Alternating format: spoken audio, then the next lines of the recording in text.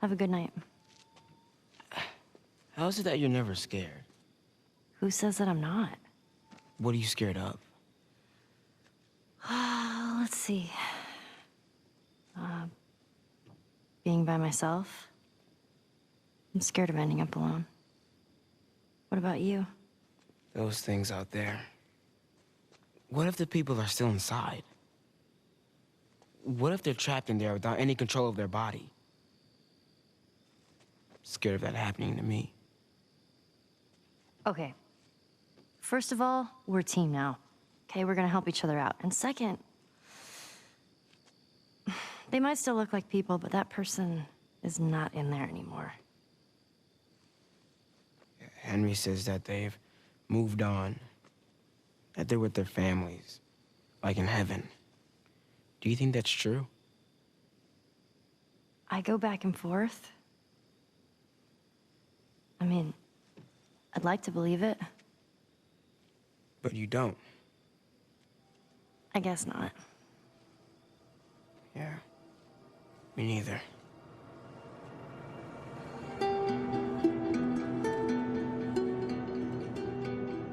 This is the official The Last of Us podcast, and I'm your host, Christian Spicer. As we all await the release of Part 2, I'm revisiting The Last of Us Part 1 and talking with the visionaries and talents who made it. We'll be recapping the story while diving deep into the making of. If you haven't listened to episode 1 yet, do that now, because we're walking through this story chronologically. And that means in today's episode, we'll be working our way through the rest of summer. And I'll be talking again with Troy Baker and Ashley Johnson, aka Joel and Ellie. And I'll also be talking with art director Eric Pangilinan, and of course, writer and creative director Neil Druckmann.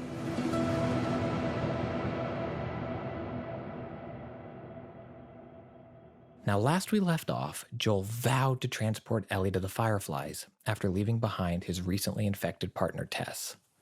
He and Ellie make their way out of Boston and into...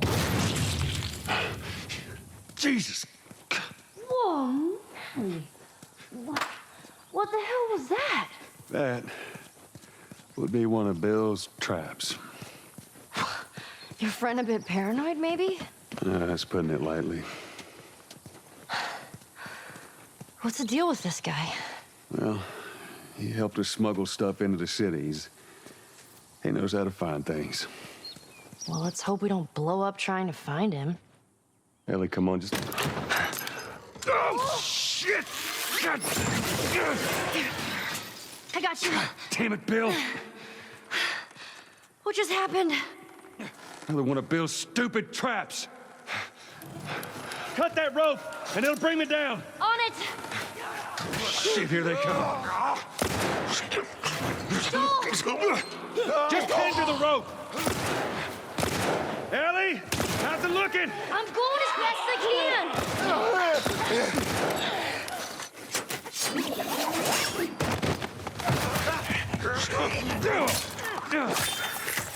Get off your ass on your...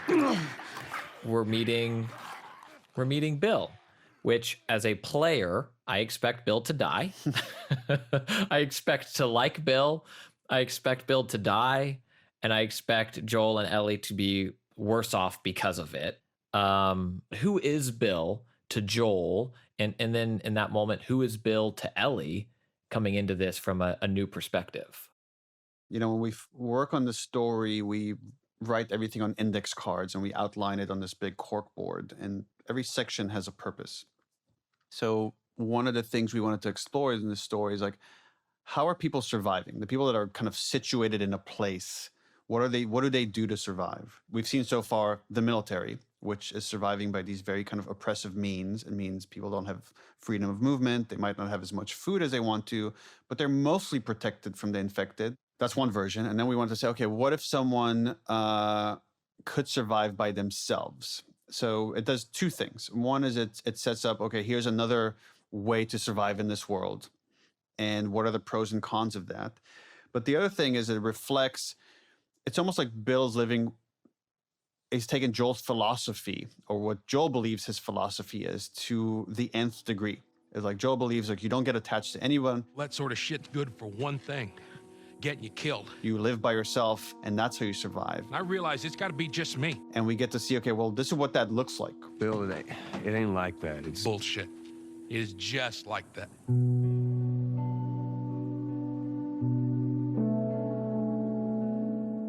I definitely see almost every character that Joel meets throughout this, especially those that you meet, is you have to go through the thought experiment of, there before the grace of God go I. Like, you look at Bill and it's like, I could have gone crazy. I could have isolated myself and found a little, shitheel town that I could have just put up this barrier, and all that I have to worry about is protecting myself. Why did Joel choose to be a smuggler in a quarantine zone? Why did he choose to partner with Tess and do this? Why didn't he just isolate?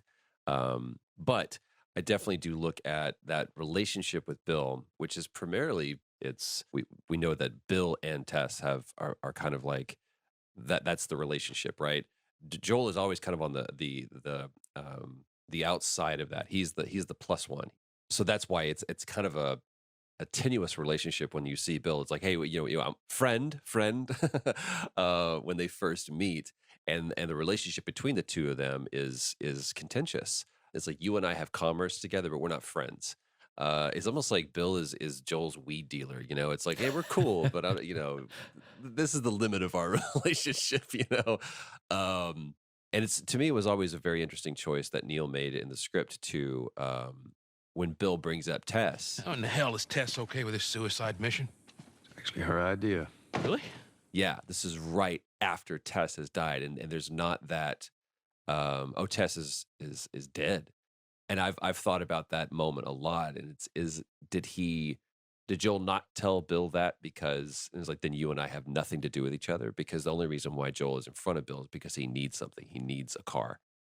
Bill's like trying to say, like, why are you with this kid? Like, don't you like? And he kind of lays it out. Almost the themes of the game is like, don't you know what happens when you like rely on someone and like you're gonna get yourself killed? And Joel's like, it wasn't me, it was Tess. He's like, Well, the broad's not as smart as I thought she was. and then Bill starts insulting Tess. No, just when Joel kind of stops him. Blow up in Bill. your face. Can we please just get on with it? And then we wanted to show how Bill Bill ain't exactly the most stable of individuals. again, he just rambles to himself. All the supplies from the warehouse are Okay, dug into the well, east now he's fence. talking to himself. Again. When you don't have another person to communicate with, you start going a little crazy and your mind splits. Just so you could communicate with anyone, you start communicating with yourself. And we wanted to show that as you're walking around town, to say, okay, this is probably what this guy does when no one's around. Can't believe you agreed to this bullshit. This shit's gonna be Bill? Joel, this way. He just is living this very kind of lonely, sad existence. And then so much of his character came from the actor that played him, W. Earl Brown, who was just phenomenal. I mean, I'm going to say that about every one of our cast members. But he really kind of brought this, there's just like this anger and this resentment. And again, this really kind of pushing away people that really felt honest the way it came out of Earl's performance. What, you know this guy or something? Frank, Who the hell's Frank? he was my partner. I think the idea of Bill having a partner, we're always trying to subvert expectation. Like, you think it's going to go this way, and if it went exactly how you predicted, it's going to get boring. So you think you're meeting Bill because Joel needs a car because he wants to get to his brother as quickly as possible to get rid of Ellie. And then we're going to subvert things by having a horde of infected in the school, and it's not going to go at all how these characters predict it's going to go. But another way to subvert expectations is, okay, Bill is this loner who pushes everybody away, and then find out he really cared about this person. And at first, I think we conceived of it as just like a surviving partner, his best friend. And as I was writing those scenes, it just, I don't know, sometimes things just come out of you, and it felt more interesting to say, okay, this partner is his lover as well. When we shoot these scenes, we first do a table read where we kind of get the actors to say the words for the first time, maybe improvise some changes, but really make them part of the storytelling process. Every chance I get the opportunity to talk about specifically the character of Bill, I love bringing up the fact that W. Earl Brown, what he brought to that character specifically was he infused that character with the soul. Neil and Bruce did such a great job of giving it framework, and especially Neil writing the character. But one of the first moments that I remember seeing Neil's MO, which would be, I'm going to present you with something and I'm going to give you the opportunity to make it better or to flesh it out, was sitting at the table read for this one scene. And the scene is when we discover that Bill has a partner. And that was the specific word that was used. Just use the word partner. And Earl asked Neil, he goes, when you say partner, what are you stating? And Neil says, and his famous phrase now, what do you think? And Earl made the choice. He's like, if it's all right with you, I think it's interesting that in this world, this man found partnership, he found connection, and he found love in this person. And that's what it was. But that was a choice that Earl made purely as an actor, that Neil facilitated and supported that decision. At the time, I didn't think about what representation could mean to other people in this instance. I don't know why I didn't think about, and maybe I should have. But since the game has come out and there was like just a nuanced gay relationship that people connected with and identified with, and they come and have expressed to me how much it meant to them to see it represented so honestly, or represented as well as we did it. It just kind of reinforced that feeling of seeing yourself in something you love, or seeing yourself in a movie, in a game, in a book. It's such a unique feeling that I can relate to on other levels. That it's just something that has become part of our process now to make sure that we're inclusive to tell better stories. It leads to better stories, and it leads to more people being able to connect to different layers of your stories than just kind of telling the same stories with the same kind of characters and the same kind of relationships.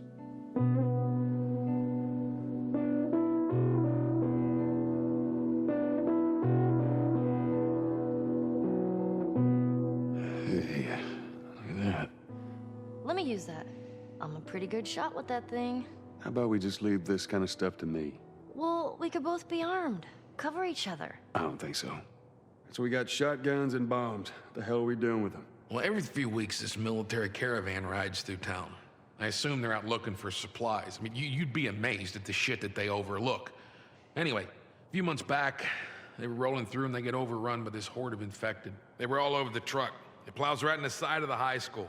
Still sitting there with a battery in it. So we take that battery and we put it in another car. Bingo! I wanted to get it, but it seemed too dangerous with all the infected on that part of town. But fuck it. Actually might work. Ellie, come on. Look, there's a school. All right. Ready? Guess we'll find out.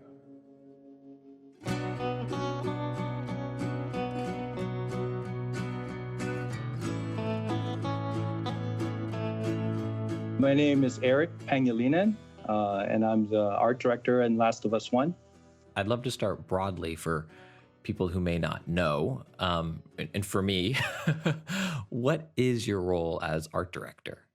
So it's almost like a mix between a producer and an art director and an art manager, where I manage the entire project from start to finish, dealing with the creative director, the concept art, the animation, the camera guys, and the environment team. So I take care of the game from start to finish. So how does the art and the art direction contribute to that feeling of like loneliness and just isolation in this world that has moved on from where we started, 20 years prior? I think one of the goals we tried to do in the art was to contrast that, because the feeling and the situations we put the players in is very grim, very sad, very violent. And we want to contrast that with the environment being beautiful, open, bright. How do you balance the beauty of nature with the destruction of what it represents? That here's this beautiful flower, per se, but it's not where a flower should be if society was as it was, 20 years prior. How do you balance that? I think for us, we searched the internet, we look for references, and like in most images we saw, it was just overwhelming. It was just nature will take back everything. And for us, for the art director, it's more about balancing that so that it's visually appealing. We use that to our advantage in separating the values and separating what is nature and what is the environment so that it creates a good balance aesthetically to the world. It gives us opportunities to create natural formations with what was once man-made, like using bridges as pathways for water to go by. So you have all of these waterfalls cascading on top of each other. But instead of rocks, you have like the pancaked freeway. So it creates like this nice cascade down an environment. But when you look at it closely, you'll see like, hey, that's not rocks. That's not these terracing. It's actually a destroyed structure like the freeway that collapsed on top of each other and formed this nice waterfall. One of the moments I'd really like to talk about, it's arguably the first, and I think certainly one of the few, it's the boss fight in the game, right? Like if boss fights even exist in the game, it's not like a health bar shows up and boss fight, comes on screen, but it's the encounter with the bloater. It's such an important moment in the game. And I'd love to hear how that moment and the gym were created. What the fuck is that? Goddamn bloater! What? Ellie, take cover. I guess the bloater is an interesting part in the game, but I think I remember us being very against like making this feel like a game. We want you to be immersed in it as if you're in the world. So UI was a very careful balance in how much UI we're going to give the player so that it doesn't put them in like, oh, now you're in a combat space. So now you're fighting this boss or something. So we were very careful not to take you out of that experience. And one of the things that we do in the environment, especially like man-made environments like the school, was to go very deep with the identity of the space. So we try to treat every space architecturally correct, and we try to study the interior designs of each of these structures so that we are designing it as if it's a real school, and then applying this environmental storytelling of like what happened to that place. Like, did it collapse? Did it get flooded? How did the dirt manage to get to this area, and what did it do to the materials like the floor, to the roof? How do you apply the infected into this area? Like, how do you show the pattern of the growth coming from a source? So the bloater is really like the pinnacle of the most dangerous part of the infection. And I think that's why this thing was treated like it was the boss, and it was presented in a way where you can see its maximum strength, like in this gym, and you were able to fight this with all your most powerful weapons. And at least for me, I feel like it also represented, because it felt like a real space, almost a micro version of a hero's journey coming complete, where it's the realization of, for so many people, projecting my own feelings, but the school bully and that bullying happening in gym, right? Like, be it the tough gym teacher and she's yelling at you, or the kid who pushes you into the locker.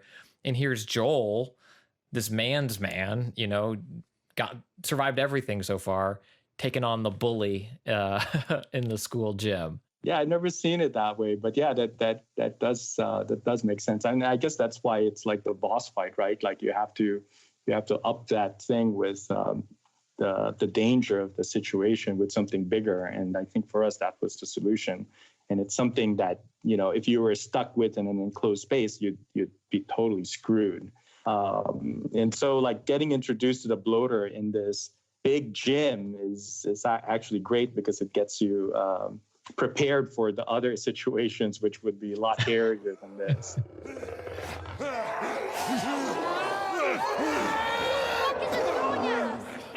Stay away from it.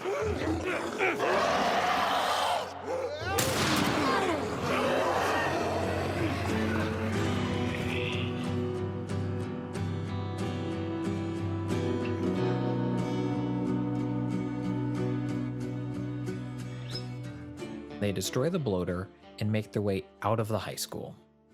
And they find Frank's body. They see Frank's body when they're in the middle of a yelling match. Bill? Somebody had the same idea. They stole my shit. Well, then what the hell is plan B? You ought to be thankful you're still drawing breath. That was plan A, B, C, all the way to fucking Z. And furthermore, tell Tess that she could take this job. Don't you bring Tess she into can this. shove it right This up has nothing to do with... And then they find this body. Jesus. What, you know this guy or something? Frank. Who the hell's Frank? He was my partner. He's the only idiot that would wear a shirt like that. He's got bites. And then Bill revealed that Frank was his partner, and we see Joel, there's a moment of empathy. And Joel pauses, and he's like... Reckon he didn't want to turn. Sorry. Yeah, I guess not. He doesn't know what to say. Like, that was one of my favorite descriptors of Joel when we sent out the casting description, is he's inarticulate. He doesn't quite know how to express himself because he's buried his feelings so much, and he's just not like a well-learned person. He doesn't quite know how to express his feeling, his thoughts, and he just kind of rambles in that moment. Like, I don't. That's a rough deal. That's a tough deal. And that's the best he could do to comfort someone he cares about. But we see this moment of like, he gets it. He gets that sadness. He gets that loss. And as much as he wants to bury those emotions, they bubble to the top. When we get to that scene and he says, you know, he's so clinical about it. He's like, yeah, it looks like you got bit here, here, and here. And he has this one moment of contemplative grief. And then it's back to Bill. He's like, you get rid of that girl as soon as you can. You know, this is the last time I'm ever going to see you because you're going to be a dead man. We square. We're square. And get the fuck out of my town. That's it. But it's a reminder, if nothing else, I think for Joel, Bill, that whole arc serves as a quasi-Faustian, this neo Jiminy Cricket going, remember, you get attached and it'll fuck you. Don't care about people. Remember, don't care about people. This is about getting this one thing and getting to the other side. Don't get emotional about this, Joel. That's what I think the purpose of Bill serves to Joel. It's a reminder of the atrocities of this world that we're in.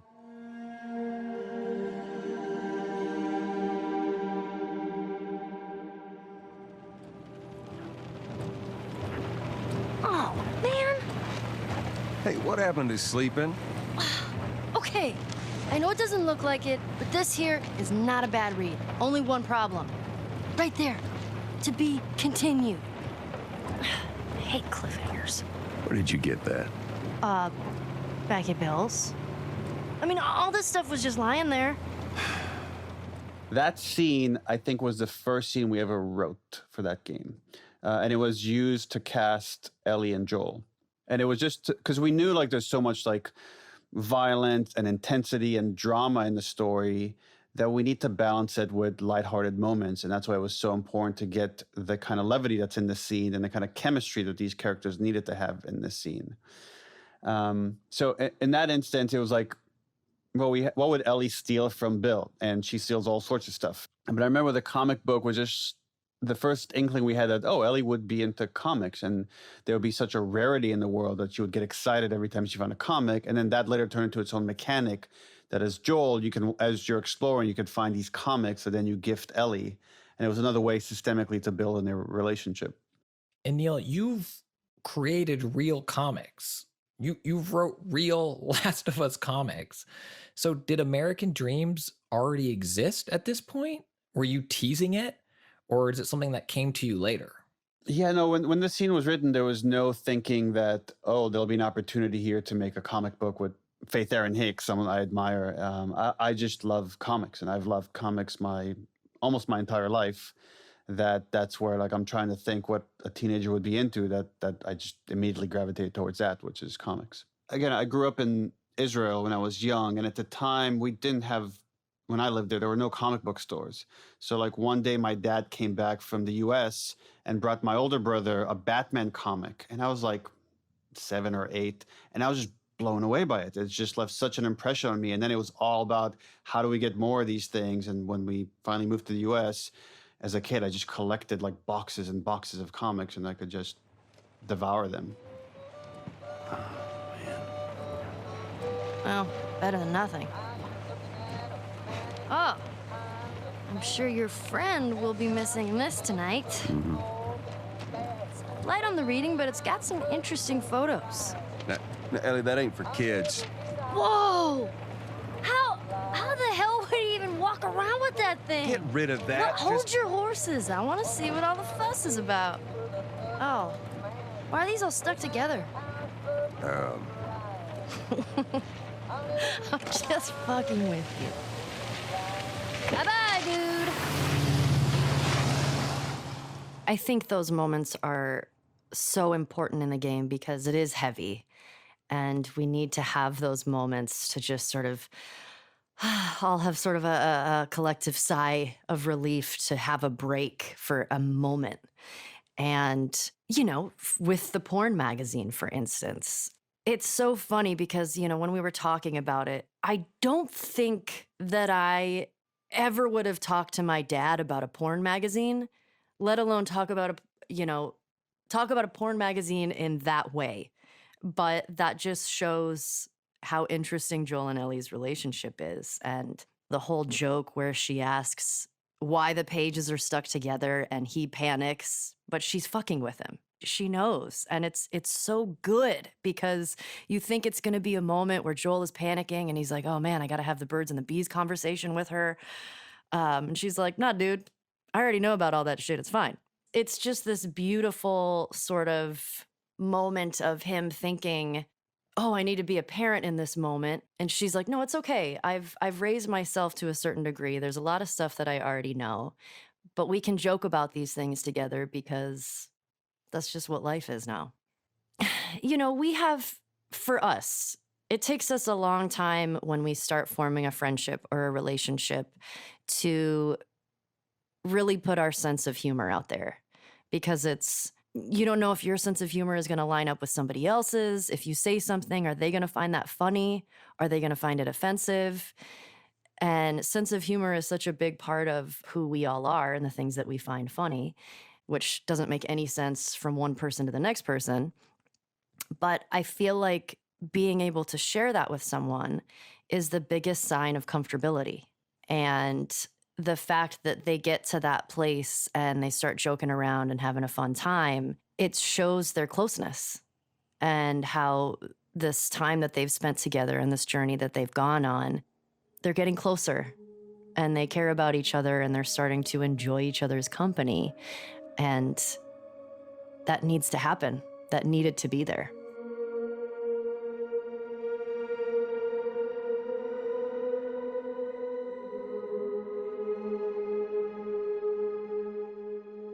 As we move through the game, the world becomes, or aspects of the world, there are still moments of levity, but aspects of the world become more brutal in terms of both the human enemies that we encounter and their ferocity, and also enemies like hunters. Easy. Please! Holy shit. Help! Are we gonna help him? Put your seatbelt on, Ellie. Well, what about the guy? He ain't even hurt. And the approach to what Joel and Ellie have to fight and physically combat. Is there an analogy there to Joel and Ellie's moral compass also sliding, or is it just kind of the mechanics of gameplay that we need new enemies for our players to kind of deal with? It's almost all those things. So we wanted to show there are multiple threats in this world. One is the infected, and it's almost like when you think of a natural disaster. There isn't someone strategizing how to use these infected to kill people. It's just nature is now killing us in large numbers. But then knowing when supplies get scarce and people get desperate, they can turn very primal and violent. Get away from us, huh? We're back, motherfucker! And we wanted to explore that both in the story and in gameplay. So, you know, when Ellie and Joel get to Pittsburgh, it's the first time. I guess there's a little bit in the opening in Boston, but we really don't really dive into it until you get to Pittsburgh, and we just see how violent and how desperate people have become, and how tribal they've become. And anybody outside the tribe is seen almost no different as the infected. It's just someone you kill for survival. And it was an opportunity to show through dialogue that this is something Joel has done. So I remember, like, as we talk about these different parts, I remember in my head when they came online, and, you know, we started production of the game with Pittsburgh. That was like one of the first environments we've built, and worked our way out from there. And one of the first bits of in-game dialogue we recorded is Ellie asking Joel, like, how did you know those people on the outset were trying to ambush us? And him saying, I've been on both sides. Oh. So, you kill a lot of innocent people? We'll take that as a yes. Take it however you want. and it was just like, you know, it took a lot of time to get to that dialogue, but what I love about dialogue like that is it just all of a sudden your brain is filled with all sorts of backstory of like what this guy must have done to get to this place, and can he come back from that? It's like it's just so it kind of fills your mind about who he is, and then raises interesting questions about where this might go. I think Joel looks at himself as a lone survivor. He's like, whatever you need from me, I'll do whatever you need. I'll do whatever I have to. I don't need a jacket. I don't need a badge. I don't need any kind of affiliation or fraternity, especially. And by the way, that's one of my people are like, what's your favorite line from the game? I was like, that's it. She's like, how did you know about that? And he goes, because I've been on both sides. All right. And it's said so offhand. It's just like, because, like, what do you want to know, girl? I'll tell you everything. I think that to recognize that play, to be able to, like a quarterback, look down the line and go, they just changed, and to throw that audible and be able that you have been in that situation before and you will not get caught looking again. Oh, shit. Come here, keep your head down. All right, now, I'm gonna jump down there and I'm gonna clear us a path. What about me? You stay here. This is so stupid. We'd have more of a fucking chance if you let me help. I am. You seem to know your way around a gun. You reckon you can handle that? Well, I sort of shot a rifle before, but it was at rats. Rats? With BBs. Well, it's the same basic concept. Lift it up. You're gonna want to lean right into that stock, as it is gonna kick a hell of a lot more than any baby rifle. Okay. Go and pull the bolt back.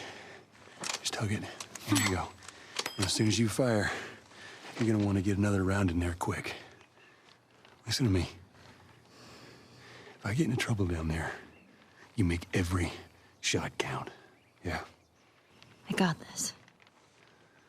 All right. And just so we're clear about back there, it was either him or me.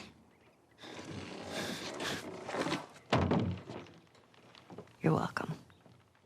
I love that Joel doesn't let her shoot until that point, because she is a kid. And that feels very real. And, you know, oftentimes in video games, it's just like, yeah, give everybody a gun and let's just like go shoot up some stuff. But it's so real. And you know, if this happened today, there's no way that you would give your 14-year-old kid a gun on day one of an apocalypse. And I mean, at least I wouldn't. But that is such a huge turning point in the game and their relationship, because it shows a massive amount of trust between them. And I think Ellie at that point already trusted Joel in terms of how capable he was and how safe she sort of felt with him to a certain degree. But it feels like the first time that Joel puts his trust in her and his life in her hands. And that lands with her. And their relationship is different after that. How can it not be? Yeah, and I think that is the key moment, because it's Ellie going from this, we've seen it so many times in video games, this character that the protagonist needs to escort and protect everywhere, to later that role totally reverses. When we sort of first started shooting the game, there was a lot of conversation. I am a gamer, and as sort of your companion that you are carrying with you the whole time, sometimes it can feel like a burden. Sometimes, not every time. Of course, you fall in love with your companion character and you want to take care of them. But there are moments when you're playing and you're like, they keep like getting in the way, and I keep having to go over here and save them. And obviously, that's the game mechanics. But in sort of the discussions in when we first started shooting, there were a lot of conversations that we had and that I had with Neil where I was like, is there any way for her to be a little bit more capable or helpful? It's like, because I sometimes will get frustrated that like they don't have a weapon or they don't have anything to help, and they're just standing there like, help me. I was like, I would love for Ellie to not be that. I know she's 14 and we have to keep that into consideration, but if there's some way where she could be more capable, I would love that. How'd I do? How about something a little more your size? It's for emergencies only. Okay. Well, we wanted to apply all this pressure on Joel and Ellie when they're in Pittsburgh and they're stuck in this city, and it seems like everywhere you turn, there's this antagonistic force of the hunters or the infected trying to kill you, that you could easily turn into the same mindset as the hunters and not trust anybody. And anyone you come across, you kill them first, ask questions later.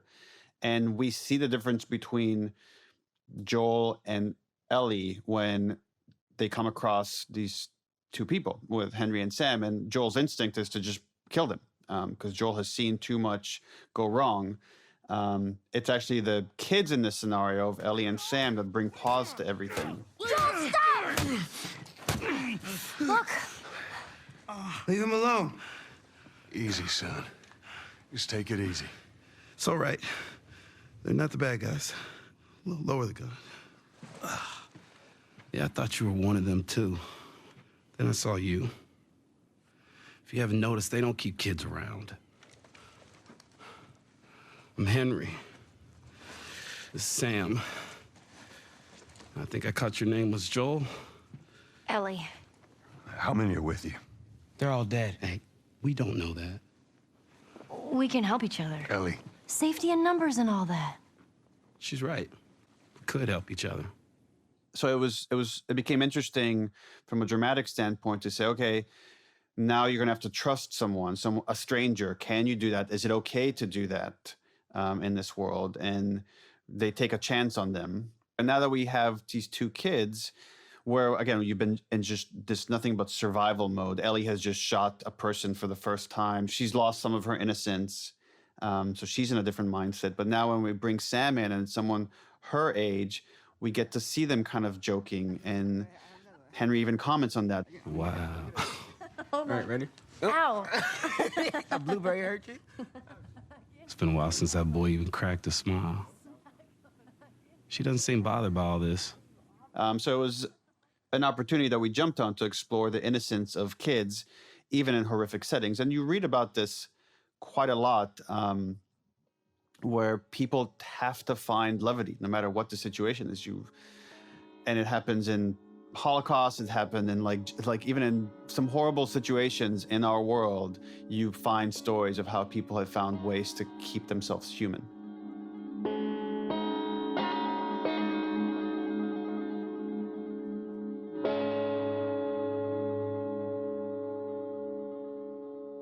So Joel and Ellie are going with Henry and Sam. They're on their way to the radio tower, which is outside of town, and they're going to find the rest of their group. But at the gates, they're attacked by the Humvee. Henry and Sam just take off. They don't even wait for Joel and Ellie. And so Joel and Ellie have to run to the bridge, where Ellie just jumps into the water, even though she can't swim. Joel is forced to jump in after her, and the current is super strong. Thankfully, both are rescued by Henry! He's awake! Hey, you. We're alive. Okay. See? What'd I tell you, huh? He's good. Everything's fine. You know, Sam's the one who spotted you. You guys are taking quite a bit of water. What's wrong? Henry! Get back, hey, son! Hey. He's pissed, but he's not gonna do anything. You sure about that? Stop! Joel? He left us to die out there. No, you had a good chance of making it, and you did. But coming back for you meant putting him at risk. If it was the other way around, would you have come back for us? I saved you. He saved me too. We would have drowned. You know, for what it's worth, I'm really glad we spotted you. Now, that radio tower, it's on the other side of this cliff, okay? Place is gonna be full of supplies. You're gonna be really happy you didn't kill me. When you were making this moment, Neil, were you a father yet? Because this is a brother relationship, but it hit me as one of the strongest parent-child relationships in the game. I mean, as I'm trying to recollect the timeline, I definitely would. My daughter would have already been born. I'm sure subconsciously there was a lot happening there. But you're right in that it is a brother relationship, but it's more of a paternal relationship. And again, it's as we're talking about this, I'm just seeing this through line of this theme of like protecting your kid versus giving them freedom to express themselves, to find who they are, to make mistakes. And we see that in the toy shop. Sam, what are you doing? Nothing. Get rid of it. My backpack is practically empty. What's the rule about taking stuff? It weighs like nothing. The rule. What is it? We only take what we have to. That's right. Now, come on. So there's some truth to that, but it's also missing this other point of like kids need that escape. They need this other thing. So it's like, and that's why Ellie steals it and then gives it to Sam, which is this very kind of sweet gesture. But that's one of those things that just felt very true to me and felt like it had to get in the game. So all these, in some ways, Tess, in a lot of ways, Bill, in the most ways, Henry and Sam, when we go forward, these are all cautionary tales for Joel. So with Tess, it's like, okay, here's what's happened when you get idealistic and she believes she's gonna save mankind, you're gonna end up dead. With Bill, okay, well, here's what happens when you're just about survival and about like limiting your freedom, and it's not about having fun or living. He drove his partner away. And later when you find this suicide note, like it's all laid out there, and it was like, Frank was not happy with Bill and he wanted to escape, and Bill just is like, well, we survive in this town, that's all we need. And it's like, that wasn't enough for Frank. So that's a cautionary tale for Joel. Like, if you're just about survival, if you're just about keeping your emotions at bay, you're gonna drive everyone else away, you're gonna end up alone and miserable. And then later with Henry and Sam, there's like kind of the ultimate thing that Joel is afraid of, which is losing the person you love.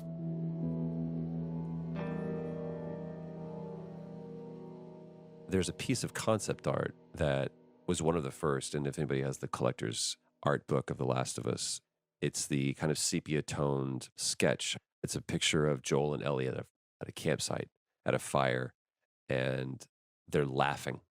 And I carried that picture with me every day to set, because to me, that was always the moment that we were trying to get to. Just the moment of levity, the moment of light. And the closest that we got was the scene with the beans. Shut the hell up. Dead serious. It was Tommy's birthday, and that's all he wanted to do is just rent 2 Harleys and drive cross country. Oh, man. I could die happy if I could just ride one around the block. What was it like? And we get to see for the first time Joel kind of being a bit nostalgic and wistful, and having this moment of recollection of a fond memory. It was good. It was real good. Good? Can you believe this guy? Come on, man, give me details. Describe it. You know what? You two deserve a little privacy. No, Ellie. This isn't just any regular motorcycle, okay? You get on that bad boy, you feel that engine? Nothing like it. Oh, yeah? How would you know? Seen it in my dreams. Okay. that's what we want.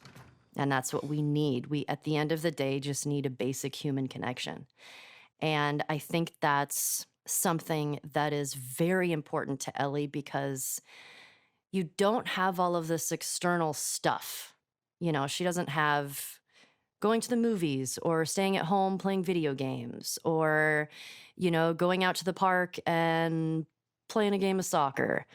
It's all you have, and all she has is connections with people. And I think if you're someone who has dealt with loss, you realize how important that is.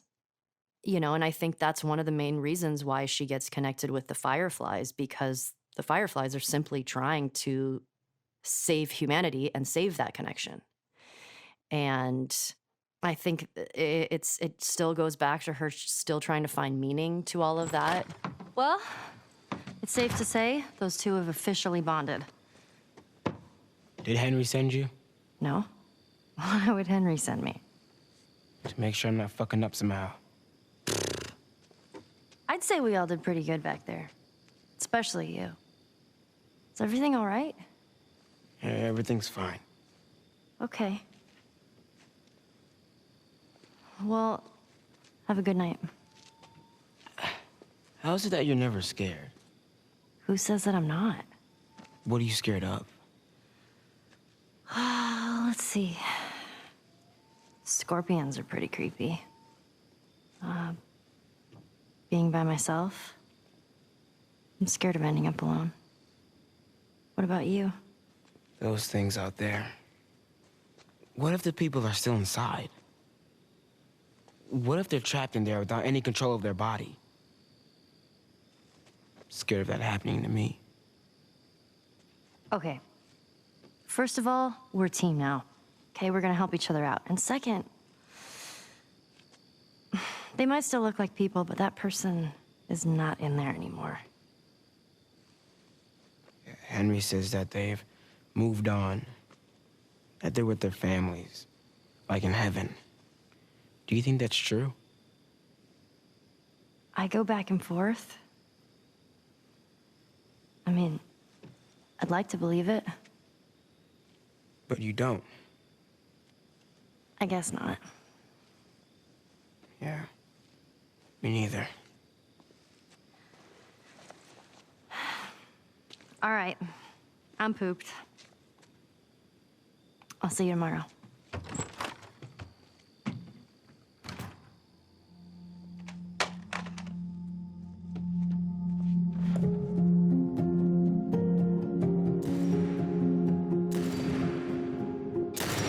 All right, Sam? Yeah, I'm okay. Thanks, Joel.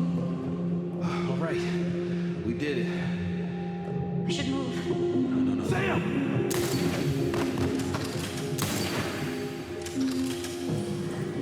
Sam, are you okay? Yeah, I'm fine. You sure? I said I'm fine. Come on, come on! Let's move!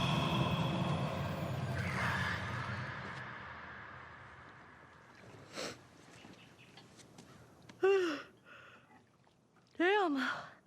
That smells good. Good morning. Where's Sam? Sam?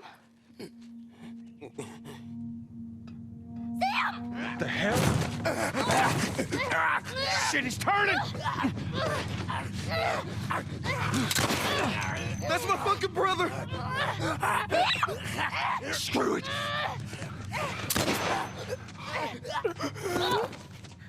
Shit! Chloe? Are you all right? Oh my god. Sam? Oh no. Sam? Henry? Henry, stay there.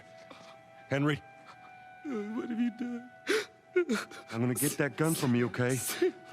Oh, okay, easy. It's your fault. This is nobody's fault, Henry. It's all your fault. Henry! Henry, no! Oh my god.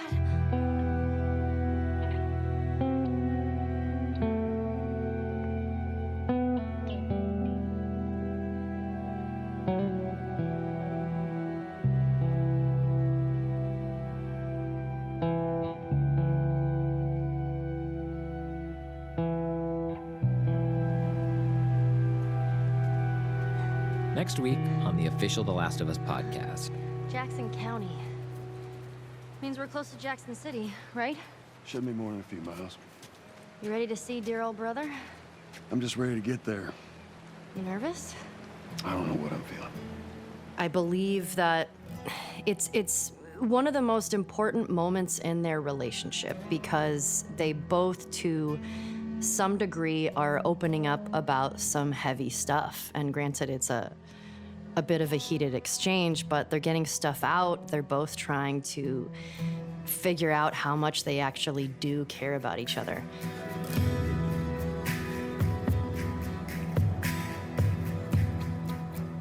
The official Last of Us podcast is produced by PlayStation and Spoke Media, is hosted by me, Christian Spicer, and written by Brigham Mosley.